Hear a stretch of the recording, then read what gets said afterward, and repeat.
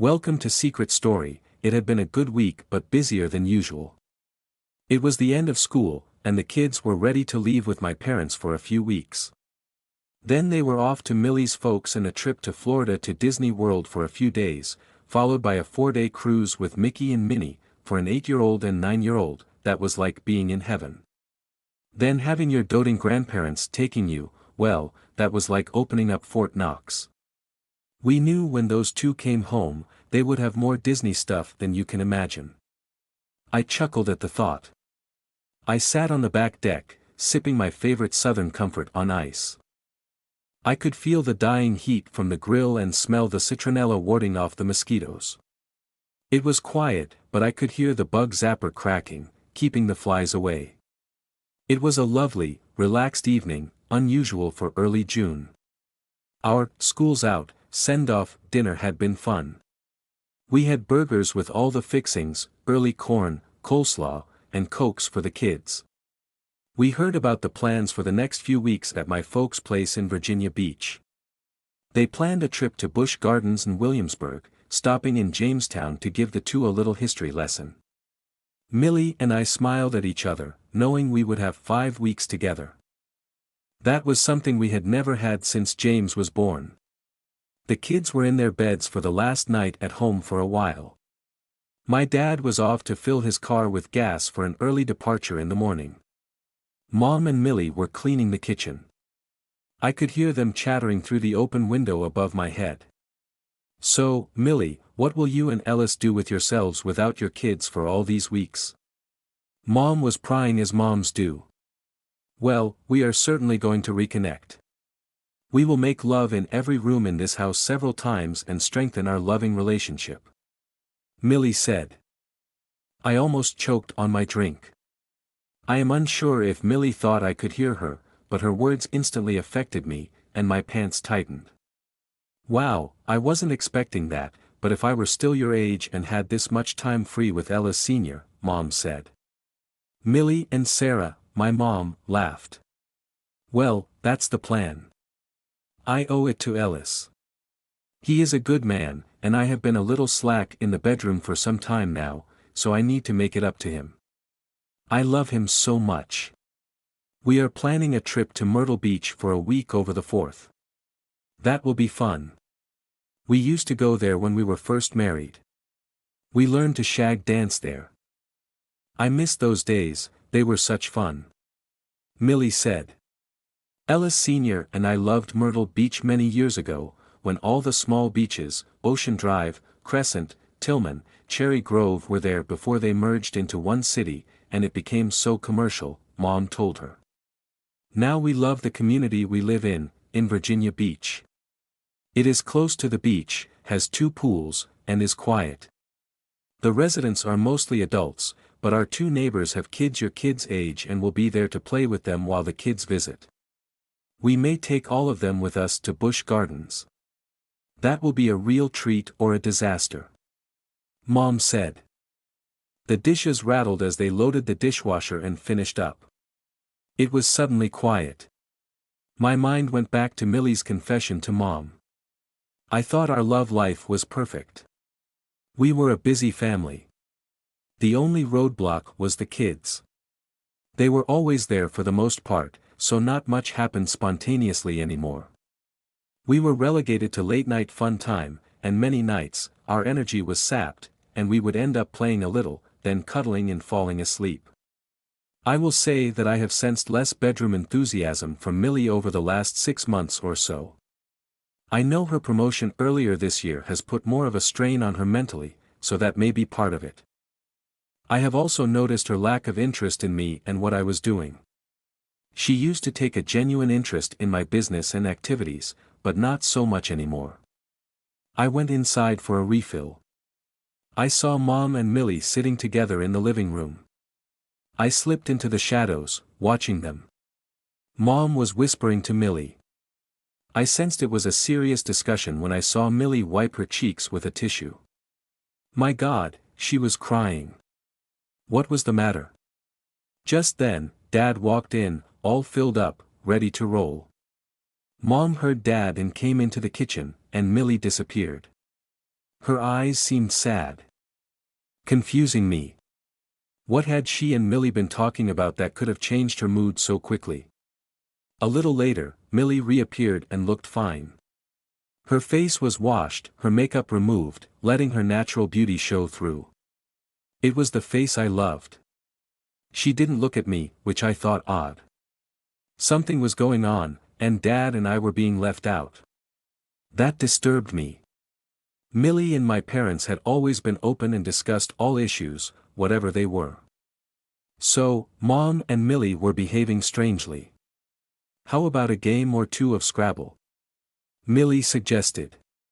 Dad flinched, not liking Scrabble. He always lost. Okay, I'm good, let's play. I agreed. The women got out some snacks and the game. We set up on the kitchen table using the Lazy Susan in the middle. The game went well. The competition was fierce. Dad was leading and all smiles. Mom was fighting back, challenging Dad's words. I was holding my own, but Millie, an expert player, was last. She was not focused on the game. She was not her bubbly self but quieter. She barely looked at me at all. It was clear to me something was bothering her. We played 2 games. Dad won one, and Mom won the other. Dad and I made a drink and relaxed on the deck as the girls cleaned up. Son, Millie seemed distracted. Is everything okay with you guys? He asked. I looked at him. Dad, do you know anything? No, son, but she hasn't been herself since I left to get gas. What happened? He pointed out. I have no idea. I was out here relaxing. Mom and Millie were cleaning the kitchen, and I heard them chatting about what Millie and I would do while the kids were gone. Millie piped up that we would reconnect, make love in every room a few times, and take a trip to Myrtle Beach. Then, a little later, I came in for a refill, and Mom and Millie were sitting on the sofa in the living room, whispering to each other. Millie was crying. After that, Mom had an odd look on her face. Millie would not look at me and hasn't said 10 words to me other than during the games. What did you do? My dad accused me. I have done nothing. I have no idea what is going on. Maybe you should ask Mom. I stated. We sat silently for a while, then, want a refill?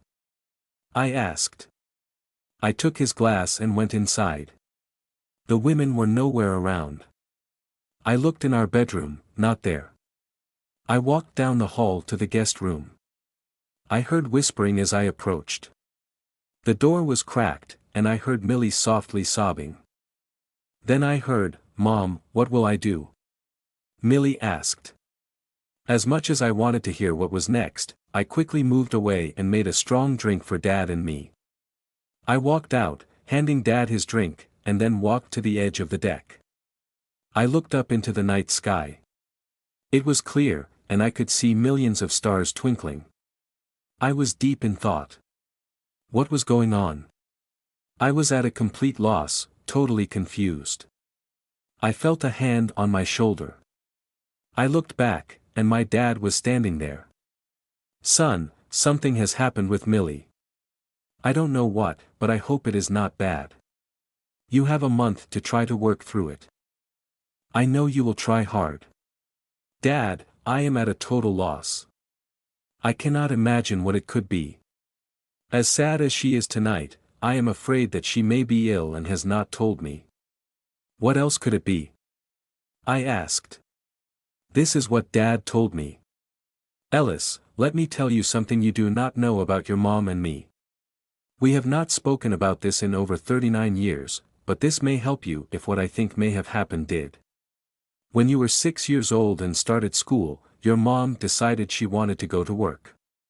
She would be able to save for our retirement. And it would help fulfill her day-to-day needs. She got a job teaching history in high school.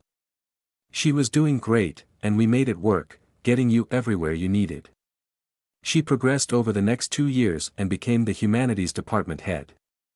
That required her to attend after-school meetings and a few travel-away conferences to develop the curriculum. This strained our relationship, and she focused more on her job than me. We fought about it, and I realized there might be more to it than just the job. I wasn't sure what it was, but over a few months, I had seen changes.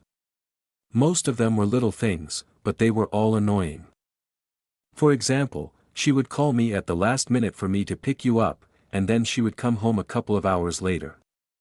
Or she would have to hold a teacher workshop on a Saturday afternoon, so I did something with you. You were my little man, and I loved doing things with you, so I wasn't upset.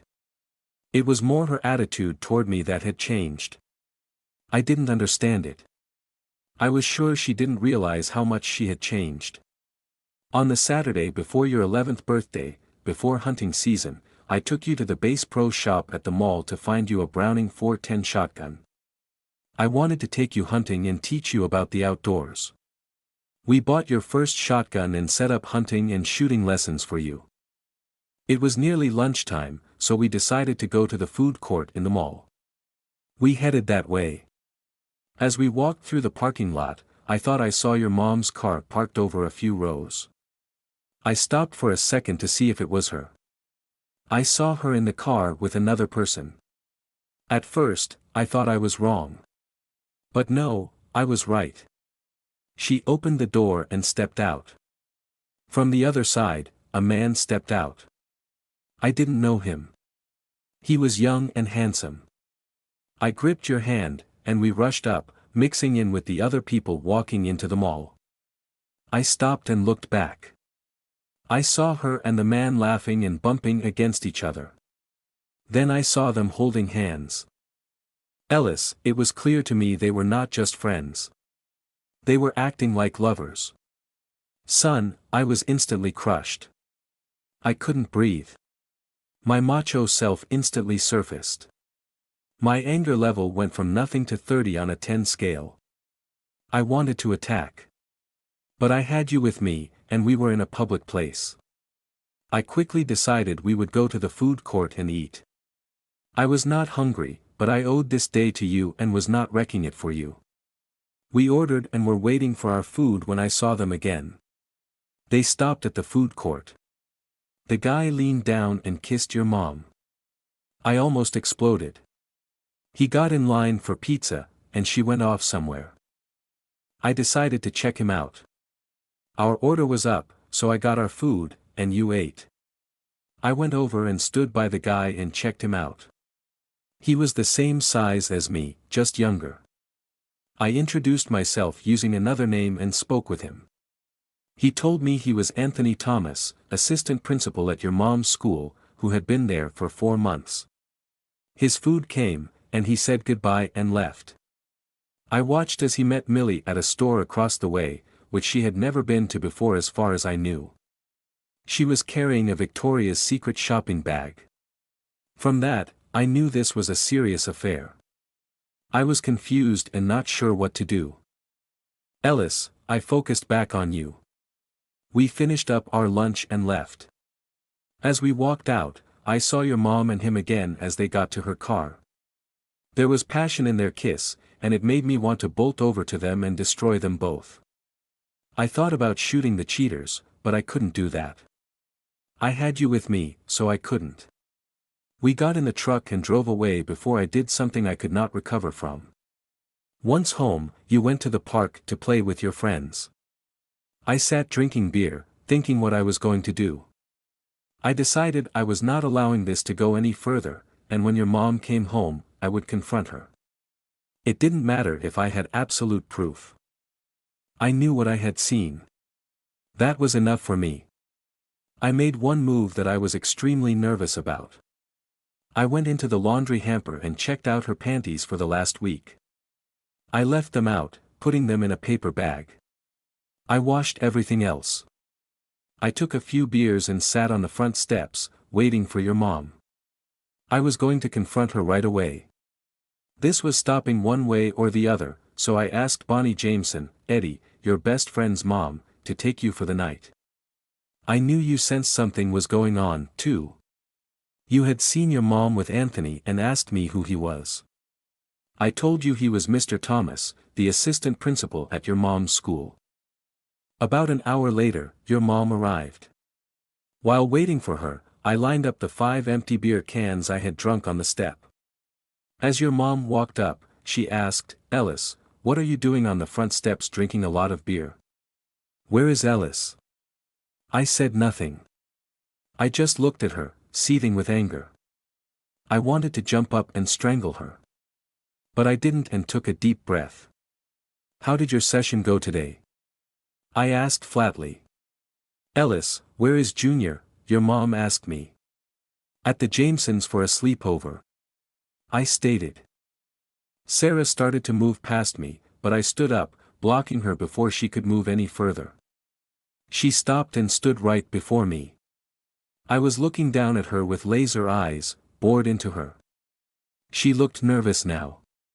I was breathing fire when I spoke. "Did you leave your Victoria's Secret bag in the car or somewhere else?" I asked in a firm but calm voice. I was surprised I could keep it together.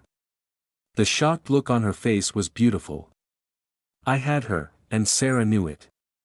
She instantly collapsed and slumped to the porch deck and started to sob. I left her there, turned, and walked into the house. I returned to the porch with a suitcase full of her clothes and a cosmetic case. I sat them in front of her. "You will probably need these when you move in with Anthony, your boyfriend," I stated firmly but showed no emotions. I turned and walked back into the house and locked the door. Her key would not work now since while I had waited for her to arrive home, I changed the locks. Sarah tried to unlock the door but couldn't. She banged on the door, "Ellis, please, let me in." I walked to the door and hooked the chain. I opened the door 2 inches and said, "Sarah, you no longer live here. You have a lover now, and from what we saw, you love him more than Junior and I do, so go to him. Ellis and I will be just fine without you." I closed the door. I heard her fall back against the door and slide down to the porch, sobbing loudly. I walked to the back of the house, trying not to hear her. Finally, I heard her car start, and she left. I did not know where she went, but I had an idea.